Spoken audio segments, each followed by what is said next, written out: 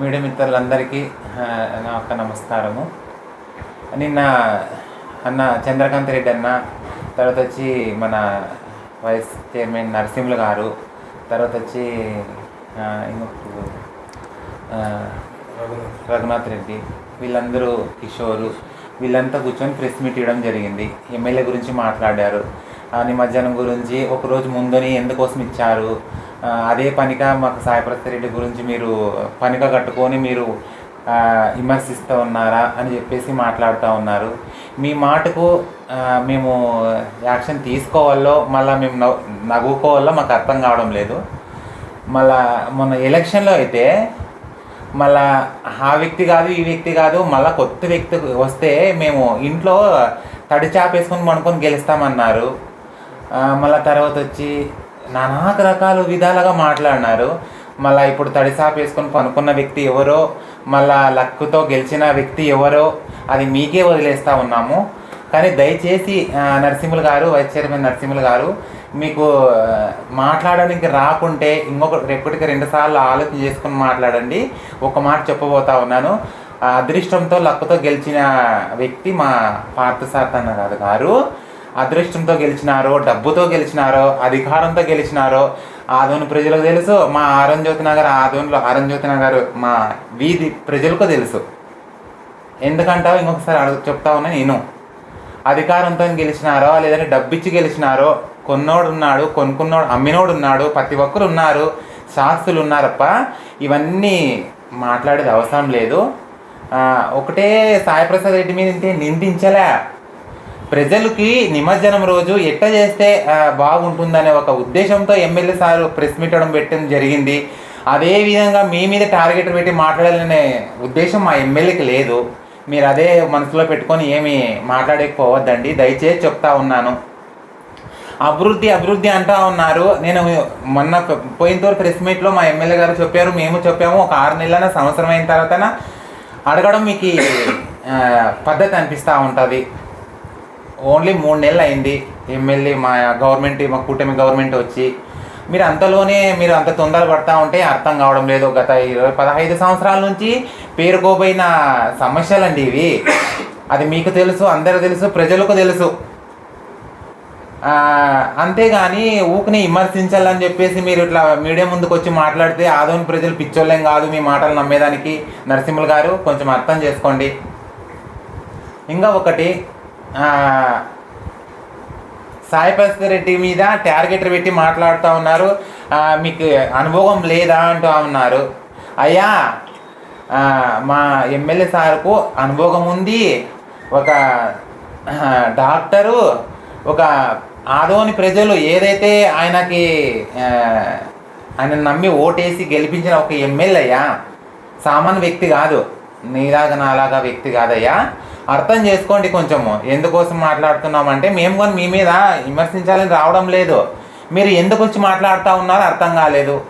మీరు ఉండి ఏం చేసినారో ప్రజలకు తెలుసు, మాకు తెలుసు, అందరికీ తెలుసు, ఆదోని ప్రజలకు అందరికీ తెలుసు. ఇప్పుడు ఏదో చేయాలని వచ్చే వ్యక్తిని మీరు ఇవన్నీ చేయడము, ఇవన్నీ మాట్లాడడం పద్ధతి కాదు.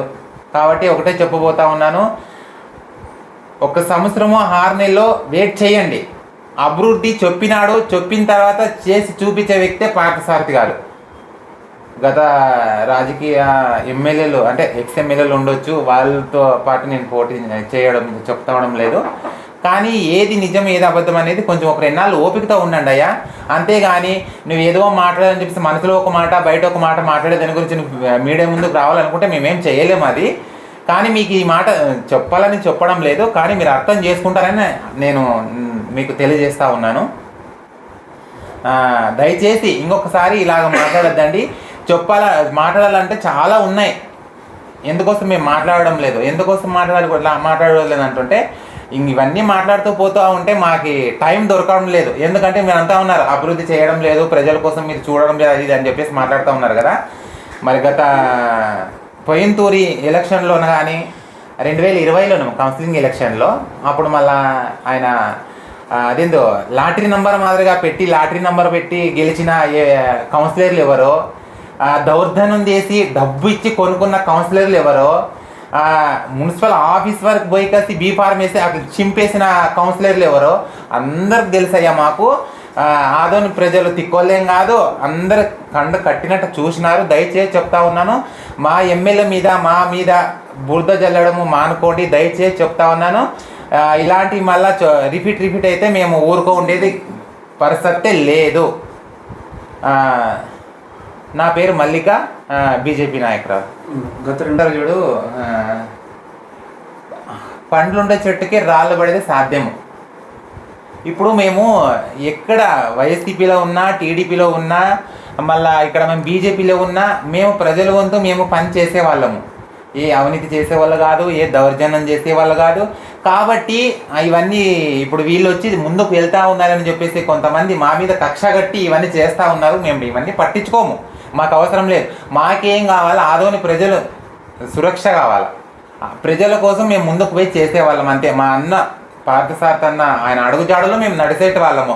ఇవన్నీ మాటలతో మాకు అవసరం లేదు. నేను అక్కడ వైసీపీలో ఉన్నప్పుడు విశ్వాసంగా పనిచేసినాను, ఇక్కడ ఉన్నప్పుడు నాది విశ్వాసంగా పనిచేసినాను. నా మనోవేదన ఇప్పుడు ఏదైనా కానీ నేను అక్కడే ఉండి చేయాలని గ్యారెంటీ ఇది లేదు, ఇక్కడే ఉండి చేయాలని లేదు. నా ఇష్టపూర్వకంగా నేను అది అక్కడ ఉన్నప్పుడు అది కరెక్ట్గా అనిపించింది, నాకు ఇప్పుడు తప్పుగా అనిపించింది కాబట్టి నేను ఇక్కడ వచ్చి చేయడం జరుగుతూ ఉంది. నాకు ఇవన్నీ మాటలు ఎవరు అనే మాటలు నాకు అవసరం లేదు. అయితే వైసీపీ ప్రభుత్వంలో ప్రజలు క్షేమంగా సురక్షితంగా లేదంటారా? ఏమండి? వైసీపీ ప్రభుత్వంలో ప్రజలు క్షేమంగా సురక్షితంగా లేదు అని మీరు బీజేపీలోకి వచ్చారంటున్నారా? అవునవును, అది మాత్రం వాస్తవము, కరెక్ట్గా. అది ఆ ప్రజలు సురక్షంగా బాగా లేరని చెప్పేసే కదా ఇప్పుడు ఎవరైతే పార్థసారథి ఎమ్మెల్యేని అక్కడ మెజార్టీతో 18,000 చిల్లర మెజార్టీతో గెలిపించినారు ఆదోని ప్రజలు. అదే సురక్షంగా అదే వాళ్ళకి సేఫ్టీగా ఉండింటే మళ్ళీ పోయిన ప్రభుత్వమే వచ్చేది. అందుకనే దయచేసి చెప్తా ఉన్నాను, నన్ను టోల్ చేసే ప్రతి ఒక్కరికి మేమైతే ప్రజాసేవ కోసం మేము వచ్చాము. ఏ పార్టీ అని కాదు, ఏదని కాదు, గమనించండి. మేము ఏ అవినీతి చేసేకైతే రాలేదు.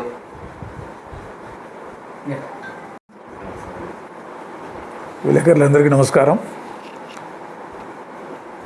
నిన్నటి రోజున వైఎస్ఆర్ పార్టీ నాయకులు ఓ ప్రెస్ మీట్ పెట్టి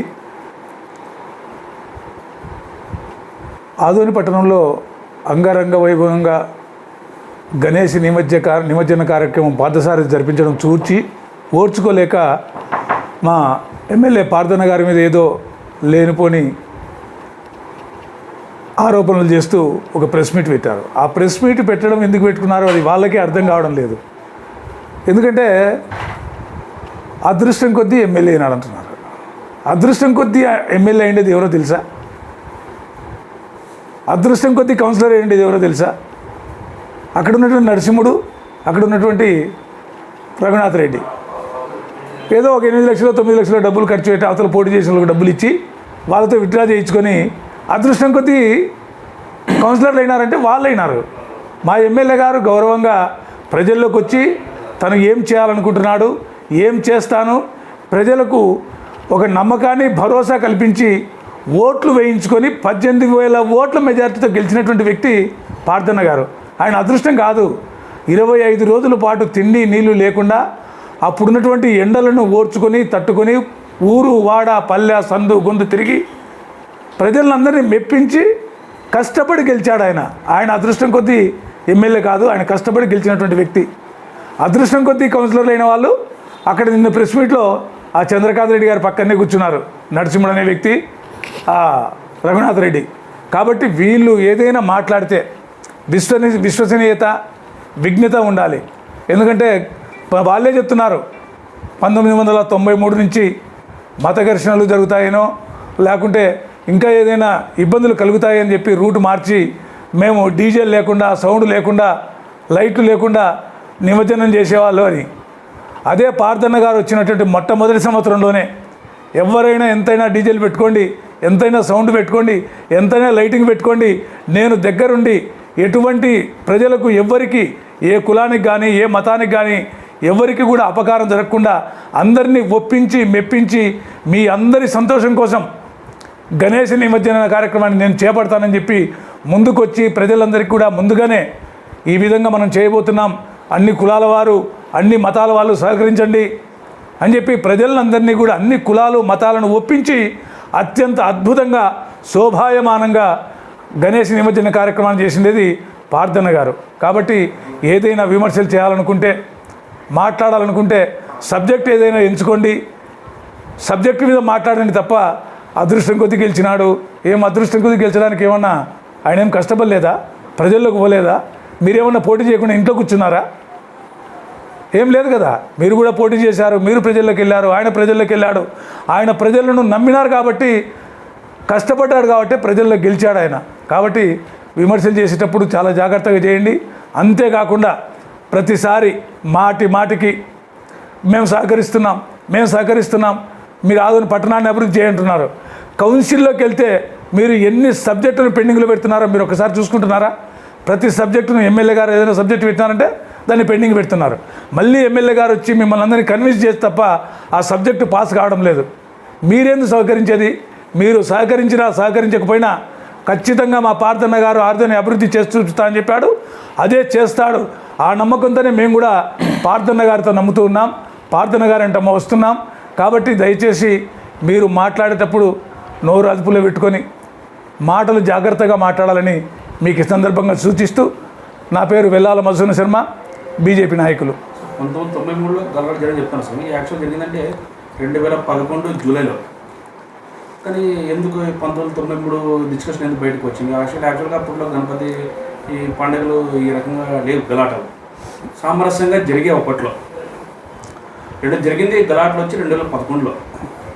2013లో ఎందుకన్నారు? 2019 కూడా ఎందుకు బయట? వాళ్ళు ఏమంటున్నారంటే 2013లో గణేష నిమజ్జనం శుక్రవారం పూట వచ్చింది కాబట్టి మసీదుల ముందర